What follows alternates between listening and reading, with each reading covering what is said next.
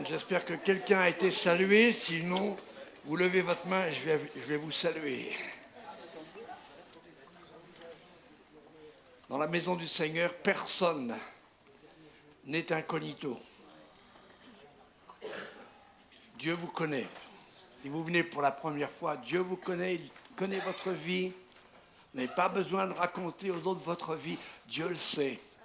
Et Dieu est présent pour vous bénir, pour vous libérer, peut-être pour vous guérir. Matin, j'aimerais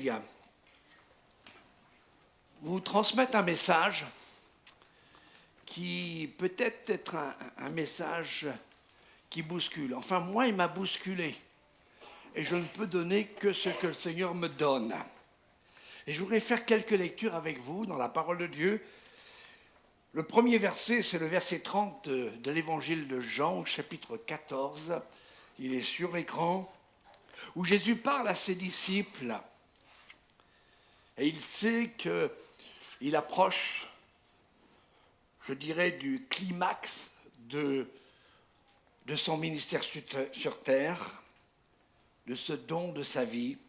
Et il dira à ses disciples, « Je ne parlerai plus guère avec vous, car le prince du monde vient. » Écoutez ce qu'il dit. « Et le prince de ce monde n'a rien en moi. » Waouh! On peut se gratter la tête et se poser, est-ce que le prince de ce monde a quelque chose en moi? Et puis je voudrais vous le lire aussi dans la version préférée du pasteur Mathias, que Dieu le bénisse, il est en vacances. Il dit ceci, la version Bible du Sommeur. « Désormais, je n'aurai plus guère l'occasion de m'entretenir avec vous. » Écoutez bien ce qui suit. « Car le dominateur de ce monde vient. Ce n'est pas qu'il ait une prise sur moi. » Peut-être que tu es en difficulté dans ta vie, tu dis, oh, les circonstances, j'ai pas la chance. Dernièrement, je ne sais plus c'était quand, c'était dans mon bureau, ou c'était même à la maison, quelqu'un nous parlait, et puis à chaque fois qu'il disait, j'espère, et il touchait du bois. Je ne sais pas si la petite table du salon était bénie, mais il touchait du bois.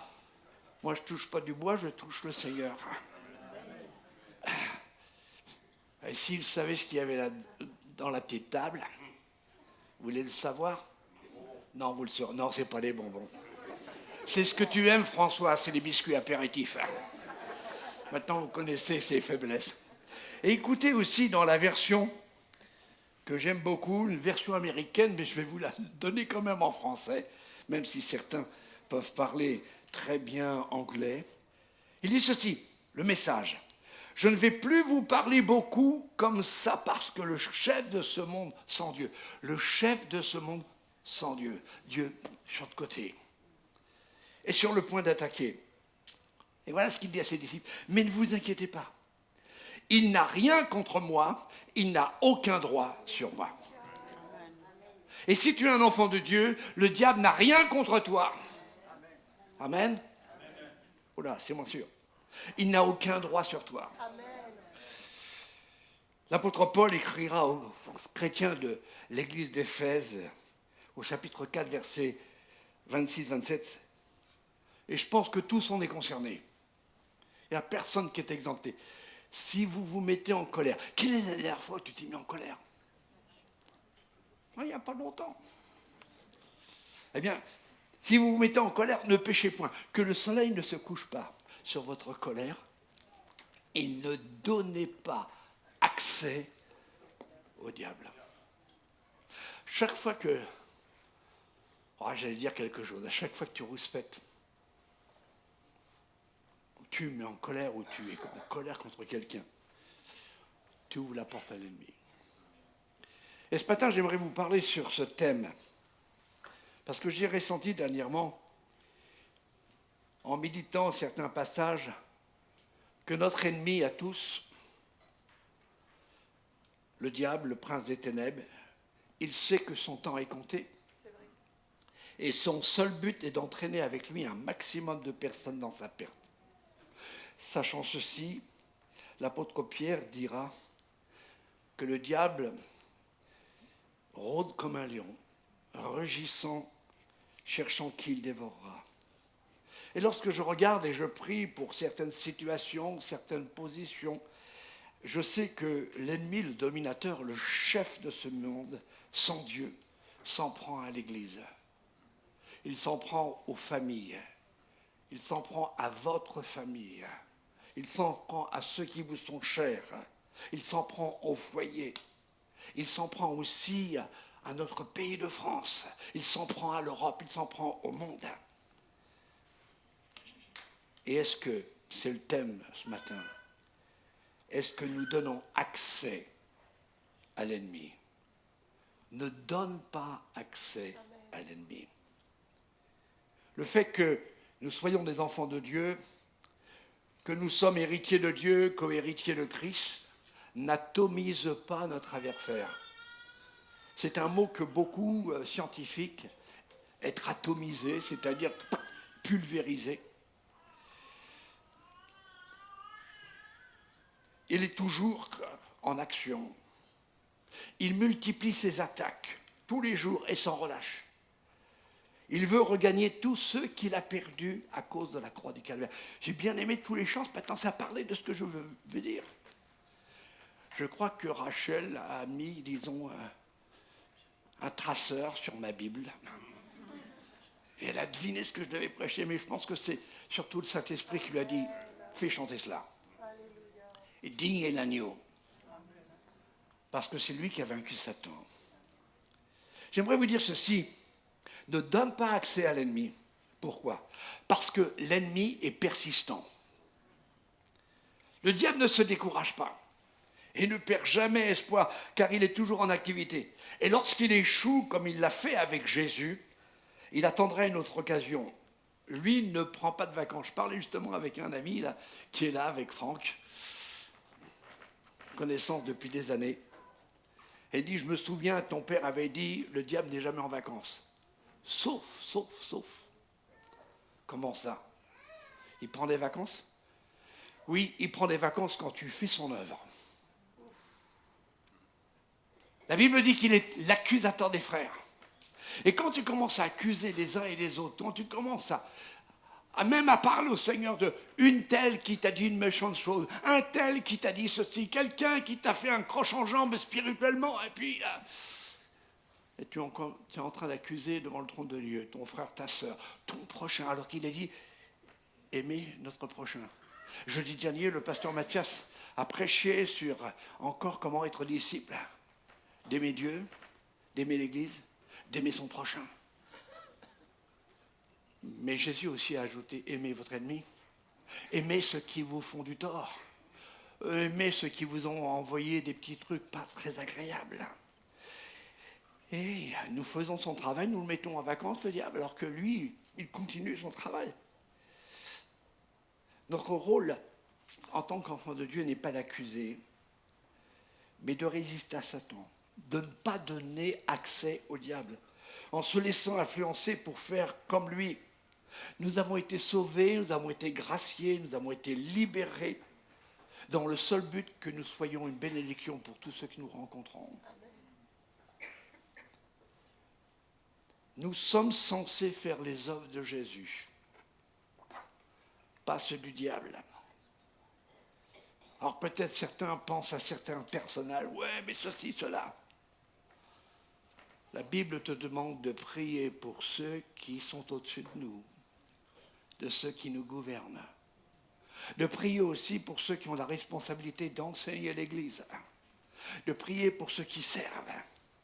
Aujourd'hui, comme depuis toujours, l'ennemi se rue sur l'Église pour la démobiliser, pour la troubler, pour la disperser, pour la désunir, parce qu'il sait que si nous ne sommes plus ensemble, nous sommes faibles. Nous allons être à sa merci. Dans l'unité de Christ, il y a de la puissance. Est-ce que quelqu'un peut dire Amen? Dans l'unité. Et quand tu sors de l'unité, tu sors de la présence de Dieu. Et je vais arriver à un point très essentiel. Quand tu te sépares de tes frères, de tes sœurs, quand tu te sépares de l'assemblée, de la famille de Dieu, la présence de Dieu, tu deviens à la merci du diable. Ah oui, mais je suis fort. Mais que celui qui se croit être debout, près de tomber. Simplement pour vous aider, et pour ceux peut-être qui viennent pour l'une des premières fois, quand on parle du diable, alors il y a tellement de, je dirais, de visuels du diable, avec des cornes, avec, je dirais, quelque chose de maléfique, quelque chose qui fait peur. Et les gens aiment ce qui fait peur aujourd'hui. Mais savez-vous que le diable, appelé Satan dans la Bible, signifie textuellement en grec adversaire. Il veut dire opposant, ou celui qui dresse des obstacles. Et lorsque le terme en grec est précédé de Satan, il se traduit plutôt par l'accusateur ou, j'espère que personne n'est législateur ici, mais le procureur. Dans un tribunal, le procureur, eh bien, représente celui qui poursuit et dénonce les humains devant le tribunal divin. Et il faut se rappeler que le diable n'a pas toujours été le diable. On oublie cela.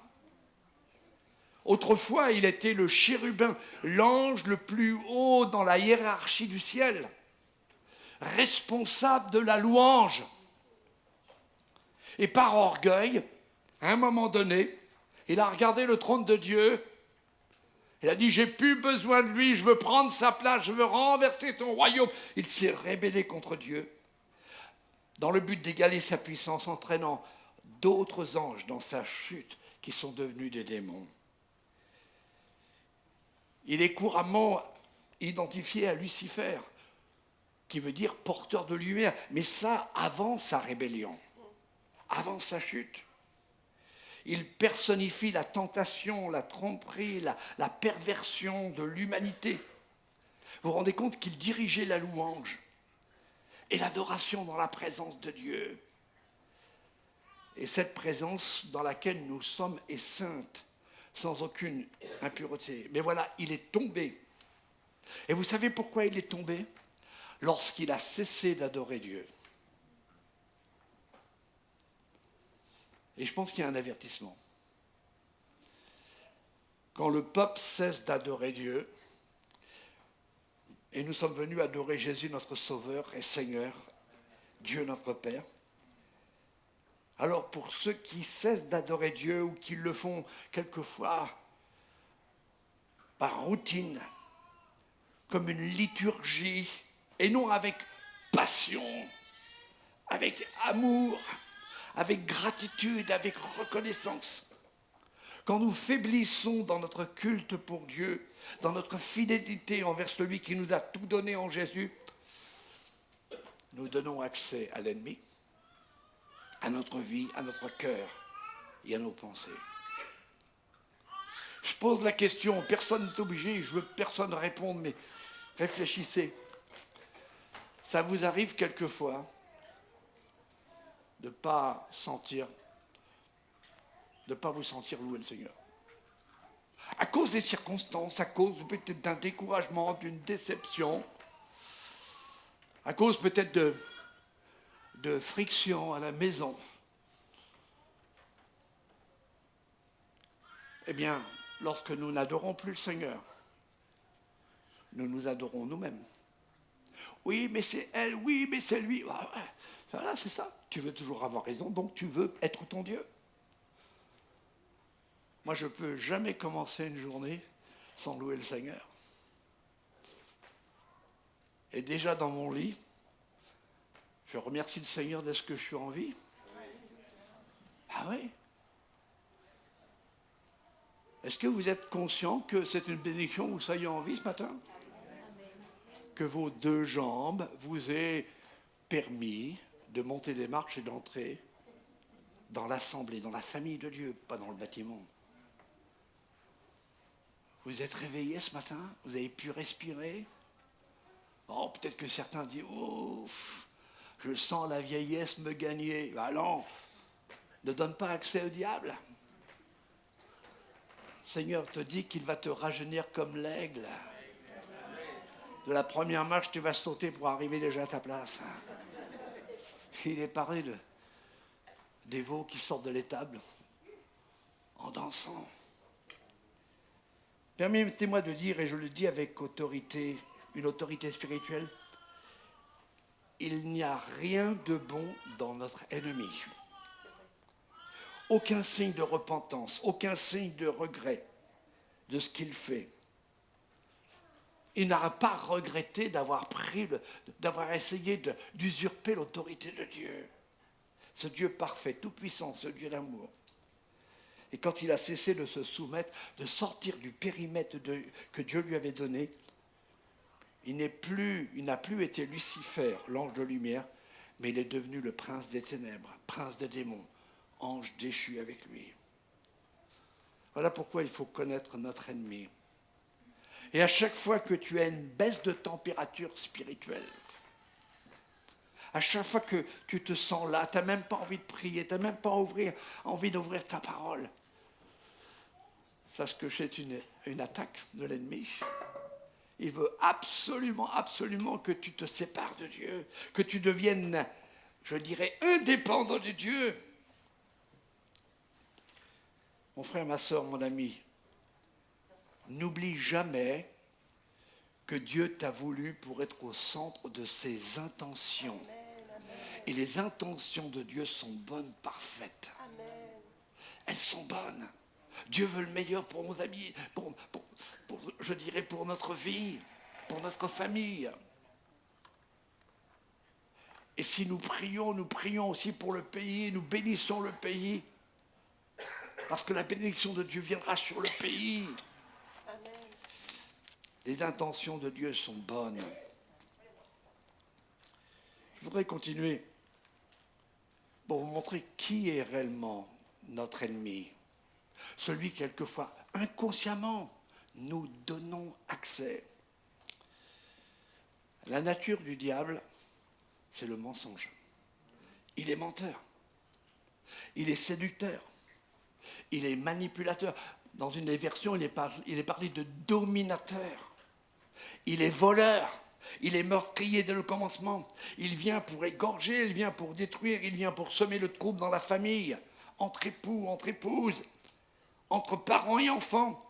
Il vient pour semer la zizanie au sein du peuple de Dieu en leur montrant qu'ils sont capables pour eux-mêmes de gérer leur propre vie. Il est le diviseur. Alors que Dieu, par Jésus, nous a réconciliés, nous a rapprochés et réunis dans sa présence. Dans la Genèse, Satan a dit à Adam et Ève, « Vous serez comme des dieux. » C'est un mensonge. Je ne sais pas si vous vous rendez compte, mais Adam a été créé à l'image de Dieu. Et le diable dit, si tu oublies ce que Dieu t'a dit, t'a interdit, fais-le quand même, vis ta vie. Tu vas devenir comme Dieu. Et il était déjà un Dieu avant d'avoir péché. Quand vous voyez l'intelligence de Adam, capable de donner à tous les animaux des noms. Et puis aussi, en lui avait la vie éternelle. Dieu n'a pas créé l'homme pour qu'il meure. Mais c'est le péché, sa désobéissance, son indépendance, qui a causé la mort. Vous savez, la pensée de l'humanisme est celle-ci, nous n'avons pas besoin de Dieu. Nous sommes Dieu. Il y a un Dieu en moi. Alors moi, je voudrais dire, il y a un Dieu en moi, mais ce n'est pas moi. C'est Jésus. C'est le Père Céleste. C'est le Saint-Esprit, c'est la Trinité. C'est ce que le diable a inspiré aux Juifs de Jérusalem lorsque le gouverneur Pilate était prêt à relâcher Jésus parce qu'il croyait en son innocence. Un Romain qui croit en l'innocence d'un Juif. Et vous savez ce que le pape a dit? Ils ont crié « Nous ne voulons pas que cet homme règne sur nous ». Il ne voulait pas de Jésus. Il ne voulait pas de Dieu. Satan est toujours, depuis sa chute, un diviseur. Celui qui prône la non-dépendance. Tu as la connaissance, tu peux tout par toi-même, tu n'as pas besoin de Dieu. Vis ta vie comme tu l'entends. Et dans la Bible, il dit, mange et bois, amuse-toi parce que demain. Et nul ne sait ce que demain sera. Pourtant, Jésus a bien dit à ses disciples, sans moi, vous ne pouvez rien faire. Savez-vous que le diable savait que Jésus allait venir dans ce monde. Et dès le moment où Jésus est né, il a tout fait pour détruire Jésus. Il a tout fait. Et puis, quand le Saint-Esprit a emporté Jésus dans le désert pour être tenté, en fin de compte, c'était pour être tenté, mais pour avoir la victoire, pour montrer à Satan qu'il avait toute l'autorité, Jésus, eh bien, le diable s'est attaqué. Et comment Jésus a-t-il pu résister au diable? Uniquement par la parole. Il est écrit, en d'autres termes, mon Père a dit, et moi je suis la parole de Dieu, la parole faite chair, et je te dis. Le meilleur moyen de résister au diable, et de le tenir en échec, c'est de se tenir dans la parole de Dieu, de la lire, ok, de la méditer, de l'appliquer tous les jours à notre cœur et à notre vie. Pourquoi? Parce que c'est un roc séculaire et la parole de Dieu, c'est la vérité. Mon frère, ma sœur, mon ami, peuple de Dieu, quand tu sens que ton ardeur, ton amour, ta passion, ta fidélité baisse pour Jésus, c'est peut-être parce que tu as détourné tes regards de Jésus. Et automatiquement, tu regardes ailleurs. Tes intérêts ne sont plus pour le royaume de Dieu, alors que Jésus a dit, cherchez premièrement le royaume de Dieu et sa justice. Et tout vous sera donné. Mais nous, on veut chercher tout avant. Et puis après, quand on aura tout, on ne reviendra pas vers le Seigneur. Pas vrai. Si nous affectionnons plus les choses de cette terre où le prince de ce monde, qu'est Satan, règne, domine, le résultat, c'est que nous allons cesser notre relation avec Dieu, cesser de prier, cesser d'adorer, cesser de louer en comptant uniquement sur notre connaissance, notre expérience. Dieu passe au second plan. Et nous passons au premier parce que nous voulons faire ce que nous voulons. Ça s'appelle l'idolâtrie. Nous en avons eu la réalité il y a quelques semaines de cela, ou une ou 2 semaines. Je suis un petit peu décalé quelquefois dans le temps. Vous savez, quand vous vieillissez, vous êtes un peu décalé dans le temps. Non, je voulais encourager les gens qui sont âgés, mais on a une équipe qu'on aime beaucoup, l'équipe des Bleus. Je suis sûr, je ne demande pas qui a regardé les matchs de foot, parce que là, tout le monde va se lever. On est les plus forts, on est les plus forts. Alors, ils étaient tellement confiants qu'ils ont oublié la technicité de l'autre équipe. Et ils se sont mangés une raclée. Le peuple français était en deuil. Ils ont compté uniquement sur « nous avons gagné tous les matchs ». Ça va être de la confiture. Oui, ils ont été de la confiture. Ils se sont dit, il y a finger in the nose, les 2 doigts dans le nez. Et ils ont mangé la poussière. Vous savez, quand on commence à dire, mais j'ai assez d'éducation chrétienne, j'ai assez de connaissance de Dieu. Ben, si quelqu'un dit ça, j'ai assez de connaissance de Dieu, moi je dis, je veux connaître encore plus le Seigneur. Quand on est sûr de soi, c'est la descendante vers l'échec. Pourquoi? Parce que la Bible dit, maudit soit l'homme qui met sa confiance en l'homme, en toi. Et le diable sait très bien endormir, il sait très bien anesthésier les enfants de Dieu en les étourdissant. Puis quand ils sont un peu étourdis, il est là comme voleur. Il vole ta paix, il vole ta quiétude, il vole ta tranquillité d'esprit, il vole ta foi, il vole ta joie, il vole ton assurance, il vole ton espérance, il vole ta certitude. Il va endommager ton zèle, ta proximité avec Dieu. Et quelquefois, avec toutes les choses qui t'arrivent, tu commences à avoir le sentiment d'être moins aimé, d'être oublié de Dieu. Pourtant, les regards du Seigneur sont toujours sur toi. Nul n'échappe au regard de Dieu. Il est le voleur, mais nous avons un privilège, c'est que Jésus est notre bon berger. Et il garde ses brebis. Et quand il y a quelqu'un, une brebis qui veut s'éloigner du troupeau, hop, il laisse les 99 et il va la chercher. Vous savez, quand l'orgueil, sous toutes ses formes, entre en action, alors la Bible dit, Dieu résiste aux orgueilleux, mais il fait grâce aux humbles. L'orgueil précède toujours la chute, mais l'humilité précède la gloire. Je voudrais arriver, disons, vers la fin du message, avant de regarder la conclusion. Je voudrais vous donner une recommandation que j'exerce tous les jours depuis tant d'années.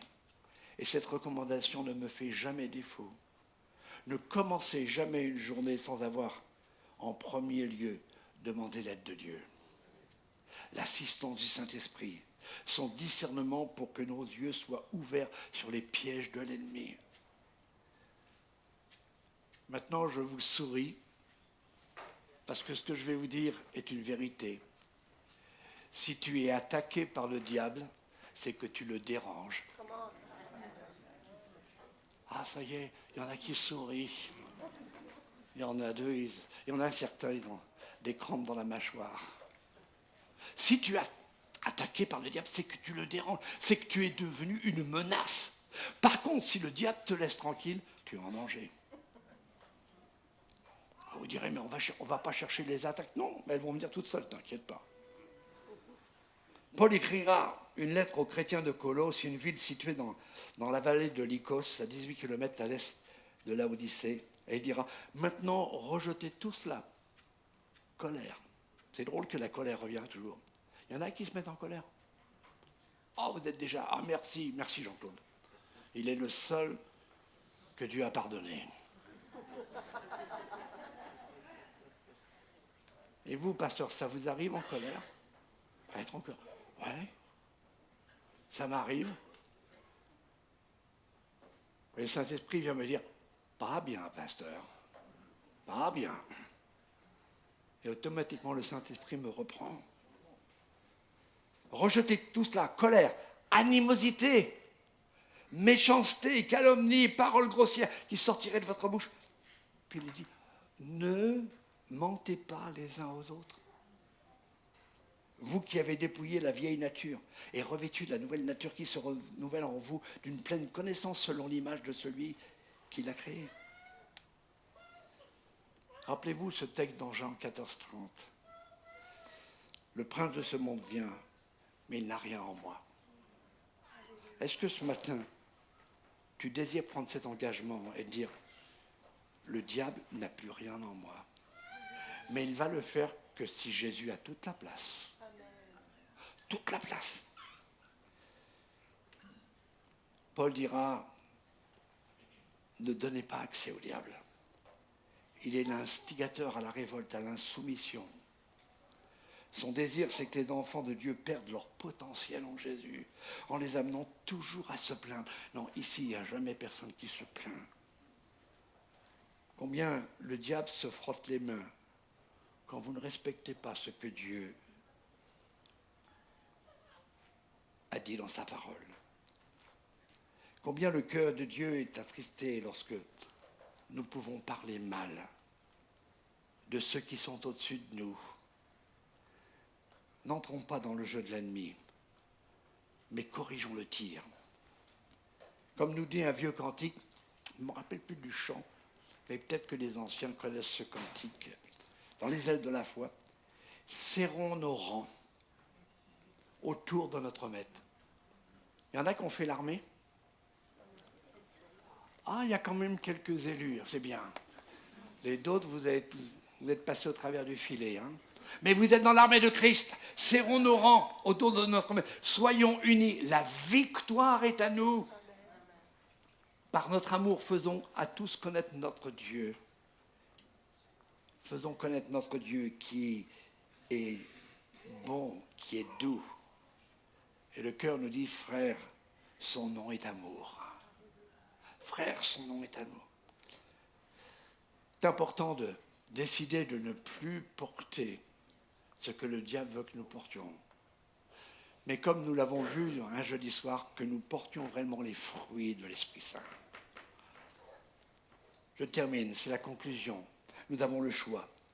Dominer ou être dominé. C'est ce que Dieu a dit à Caïn, le premier criminel de l'univers. Le péché se couche à ta porte et ses désirs se portent sur toi. Mais toi, domine sur lui. Puis une deuxième chose. Dieu te demande de remettre Satan à sa place. Pas avoir de dialogue avec lui. Je ne t'écoute pas. Je ne te suis pas. Tu n'es pas dans l'intention de Dieu. Je suis dans les intentions de Dieu. Et laissez-moi vous dire,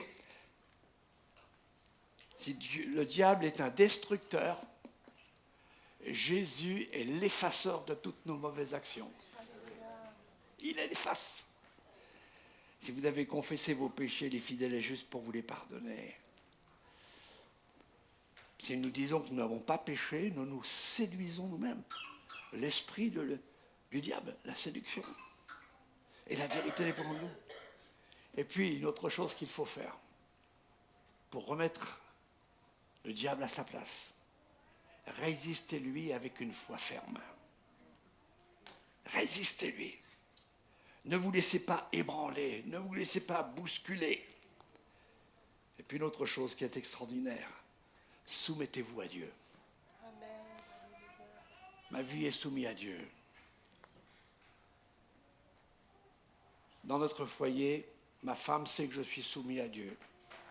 Et de cette façon, elle n'a aucun problème à se soumettre. Je suis le chef, le responsable. Mais je ne suis pas le dominateur. J'ai une responsabilité de prendre soin des miens. Mais dès que je commence, elle le sent. Oh, elle le sent bien. Oh, je ne sais pas s'il y a des Siciliens ici, mais laissez-moi vous dire, ils le sentent. Si elle sent que ça ne va pas, excusez-moi le terme, alors elle me remonte les bretelles que je ne porte jamais. Soumettez-vous à Dieu. Du matin jusqu'au soir. Et résistez-lui en prenant les armes de l'esprit. La vérité pour ceinture, la cuirasse de la justice, les chaussures que donne le zèle de l'évangile, le bouclier de la foi, le casque du salut et l'épée de l'esprit. Puis une dernière chose pour vivre pleinement la victoire sur le diable et le remettre à sa place. Chaque jour, louons Dieu. Pourquoi ? Parce que Dieu sied dans la louange de son peuple. Tu loues Dieu, Dieu est présent. Tu loues pas Dieu, tu donnes accès à l'ennemi. J'aimerais vous dire, Dieu, c'est ma conclusion. Dieu, et je vais terminer par là. Dieu ne nous a pas appelés à être vaincus, mais à être des vainqueurs. Et le mot d'ordre pour chacun ce matin. Et si, par exemple, tu viens pour la première fois, tu dis, mais c'est bien beau tout ça, la religion, il n'y a rien de religion. C'est simplement notre relation avec Dieu. Il a envoyé Jésus, son Fils, pour nous sauver. Tellement d'amour que son Fils ne s'est pas laissé séduire sur la croix quand le diable a incité les gens de lui dire, si tu es le Fils de Dieu, descends de ta croix et on croira en toi. Mais les clous qui l'ont figé sur cette croix, c'est son amour pour nous.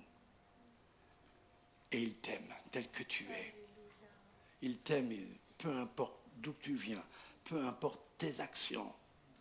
Rappelle-toi, il est l'effaceur.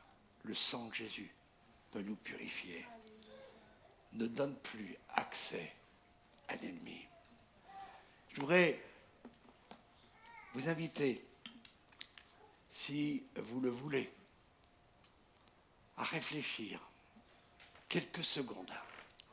On est à un culte de l'été, c'est le dernier dimanche du mois de juillet. Dimanche prochain, on sera déjà entré dans un mois qui va précéder le retour du Seigneur. Vous direz, il revient au mois d'août. On ne sait jamais quand est-ce qu'il revient. Mais n'attends pas dimanche prochain pour dire, je vais régler cette affaire avec Dieu. Fais-le ce matin.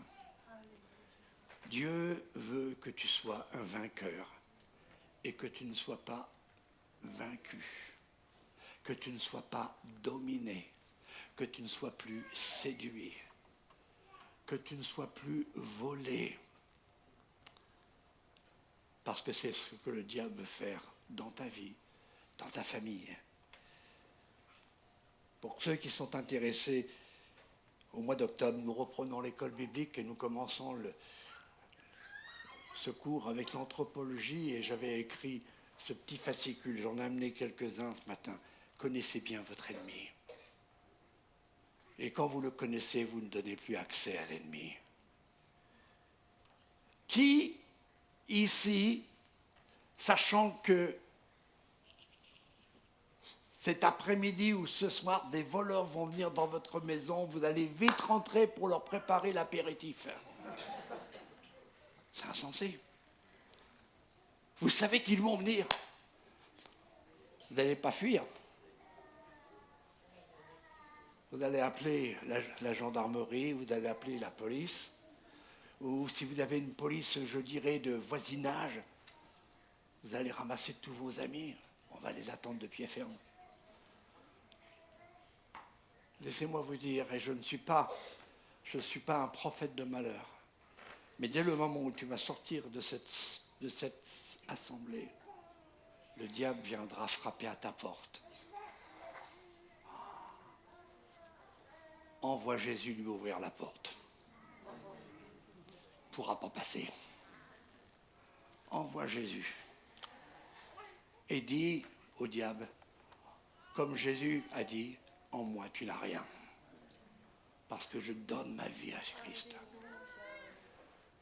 Si vous voulez prendre cet engagement ce matin de dire, je ne veux plus donner accès à l'ennemi par ma colère, par mes paroles, par mes attitudes, par tout ce qui déplaît au Seigneur, je voudrais vous inviter, avant que je vais vous entraîner dans un petit chant.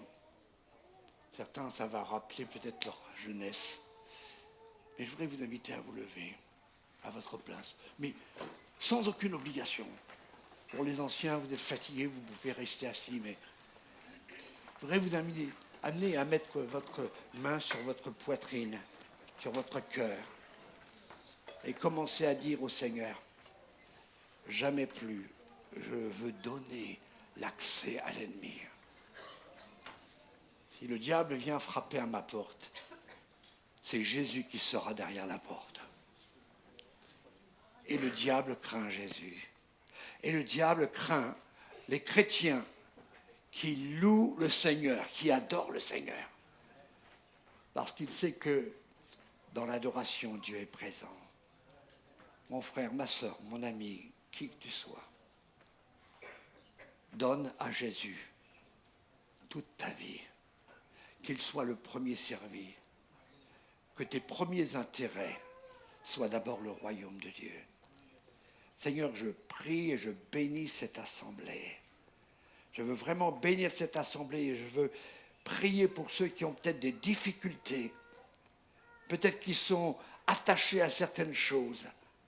Montre-leur que quand on partira de cette terre, on n'emportera rien avec nous, si ce n'est simplement les qualités et les fruits de l'esprit qui nous amèneront dans le paradis. Seigneur, bénis cette assemblée. On te prie aussi de bénir tous ceux qui sont partis en vacances. Et je veux te prier ce matin, avec mes frères et mes sœurs, pour tous ces chrétiens qui, Seigneur, sont près de Bordeaux et qui ont perdu leur maison. On te prie aussi pour tous ces pompiers qui risquent leur vie pour sauver d'autres vies. On te prie que les écluses des cieux puissent faire descendre la pluie pour donner du repos, Seigneur, à ceux qui sont des soldats de feu. Seigneur, tous ces drames nous parlent que Jésus-Christ est bientôt à la porte et qu'il faut que réellement la puissance de Dieu se manifeste. Que le peuple de Dieu, le peuple français, puisse réaliser que sans Jésus, on ne peut rien faire. Manifeste-toi, Seigneur, au nom de Jésus. Et tout le peuple de Dieu dit Amen. Amen.